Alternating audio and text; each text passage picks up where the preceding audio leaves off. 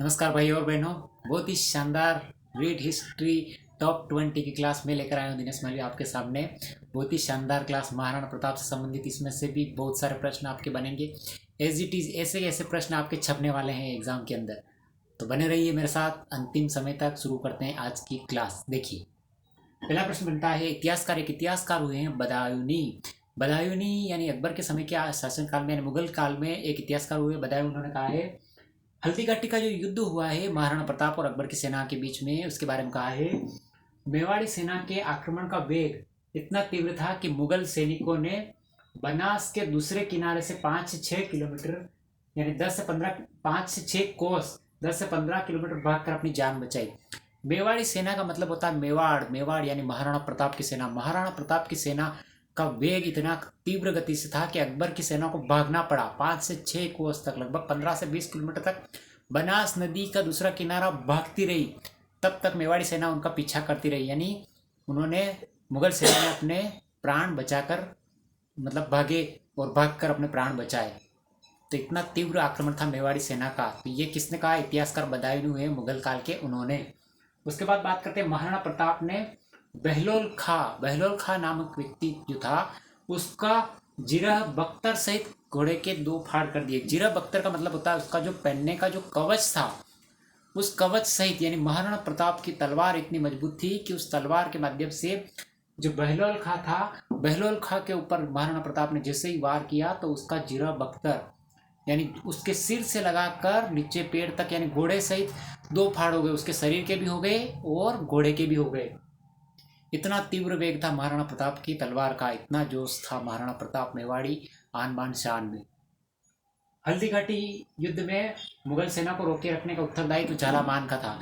यानी हल्दी घाटी युद्ध में जब महाराणा प्रताप का जो घोड़ा था चेतक, वो मान सिंह का जो हाथी था मर्दाना, उसके ऊपर चढ़ जाता है, तो मान सिंह के हाथी मर्दाना के दांतों में तलवार लगी हुई थी। उन तलवारों की वजह से चेतक घायल हो जाता है, और घायल होने के बाद चेतक को महाराणा प्रताप किसी नदी से दूर यानी मैदान से, जो युद्ध का मैदान था वहां से दूर ले जाते हैं। उस समय महाराणा प्रताप भी घायल हो जाते हैं, उनका घोड़ा भी घायल हो जाता है।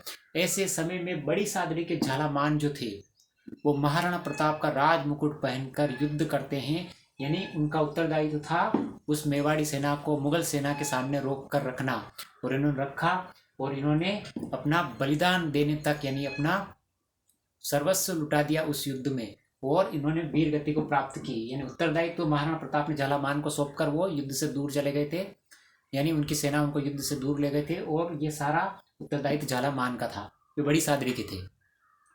अकबर ने 3 बार शाहबाज खां को महाराणा प्रताप के विरुद्ध भेजा।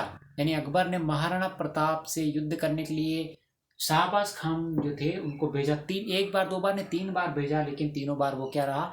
असफल रहा, क्योंकि महाराणा प्रताप किसी के सामने झुकने वाले नहीं थे।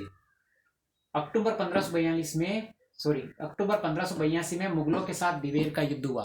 यानी अक्टूबर 1582 में मुगलों का जो थाना बना हुआ था दिवेर क्षेत्र, जो राजसमंद में आता है वर्तमान में, यहाँ पे महाराणा प्रताप और महाराणा प्रताप के पुत्र अमर सिंह, इन्होंने आक्रमण करके मुगल सेना को वहां से मार भगाया और दिवेर पर अधिकार कर लिया। तो दिवेर का युद्ध कब हुआ था?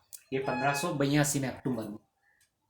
उसके बाद दिवेर के युद्ध के बाद महाराणा प्रताप ने चावंड को नई राजधानी बनाई। तो आपके प्रश्न बनता है महाराणा प्रताप ने चावंड को अपनी राजधानी कब बनाई? तो सन का पूछे तो 1582 के बाद, और दिवेर का युद्ध उसके बाद।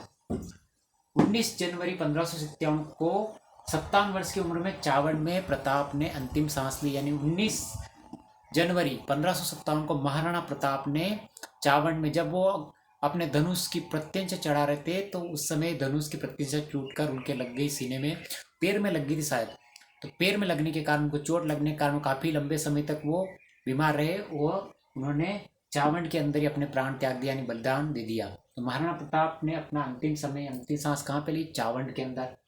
और चावंड के निकट एक गाँव है बाडोली गाँव। बाडोली गाँव में महाराणा प्रताप की समाधि बनी हुई है।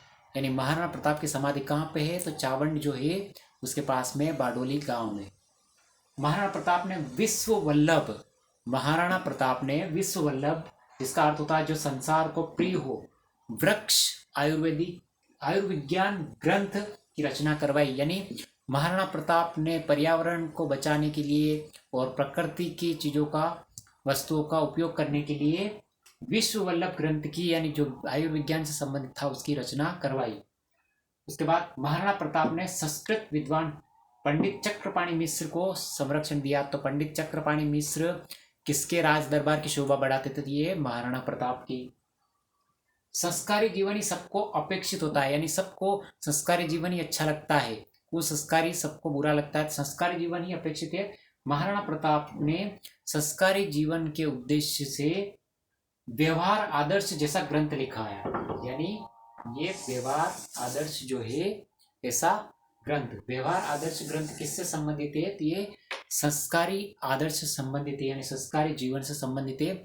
और किसने लिखवाया? तो ये महाराणा प्रताप ने लिखवाया। तो ये थी अपनी महाराणा प्रताप से संबंधित कुछ महत्वपूर्ण फैक्ट वन लाइनर के रूप में। आपको कैसी लगी भाइयों और बहनों? लाइक करो, शेयर्स करो और सब्सक्राइब करो, और अच्छा लगा हो तो कमेंट भी करो, जिससे और भी अच्छी इससे क्लास लेकर मैं बहुत ही जल्द आपके सामने आने वाला हूँ। मिलते हैं अगली क्लास में। Thank you.